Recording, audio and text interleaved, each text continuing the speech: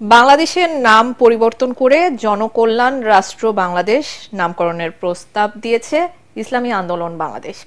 জাতীয় ঐকমত্য কমিশনকে সার্বজনীন শরিয়া আইনের প্রস্তাবও দেওয়া হয় দলটির পক্ষ থেকে। পাশাপাশি সব ধরনের নির্বাচনের সংখ্যানুপাতিক পদ্ধতিতে ভোট চায় ইসলামী আন্দোলন। দুপুরে দলটির 6 সদস্যের প্রতিনিধি দল সংসদ ভবনে ঐকমত্য কমিশনের কাছে তাদের প্রস্তাবনা জমা দেন। কমিশনের সহসভাপতি অধ্যাপক আলী রিয়াজের নেতৃত্বে অন্য সদস্যরা এ সময় উপস্থিত ছিলেন।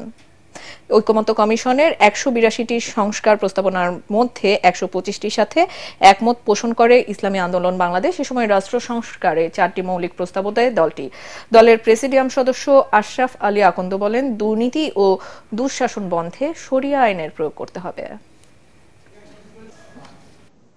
53 বছরের মধ্যে যে আইন, সেই আইনটা কিন্তু দুর্নীতি সন্ত্রাস বন্ধ করার জন্য না, এটা কিন্তু জাতির যারা রক্ষক থাকে তাকে ভক্ষকে পরিণত করে। এই জন্য আমরা বলছি এই আইনটাকে একটু সংশোধন করে শরিয়া আইন প্রণয়ন করা।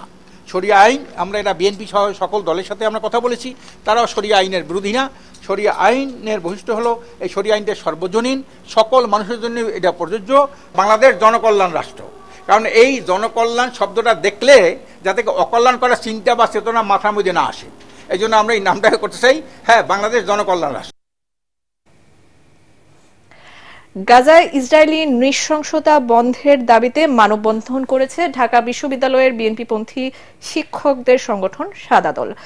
অপরাজেয় বাংলার সামনে মানববন্ধনে অংশ নেন বিশ্ববিদ্যালয়ের বিভিন্ন বিভাগের শিক্ষকরা। এ সময় তারা বলেন, মুসলিম বিশ্ব সরব হলে ইসরায়েলি বাহিনী পিছু হটতে বাধ্য হবে। আন্তর্জাতিক চাপ সৃষ্টির অংশ হিসেবে মধ্যপ্রাচ্যের মুসলিম দেশগুলোকে তেল সরবরাহ বন্ধ রাখার আহ্বান জানান তারা।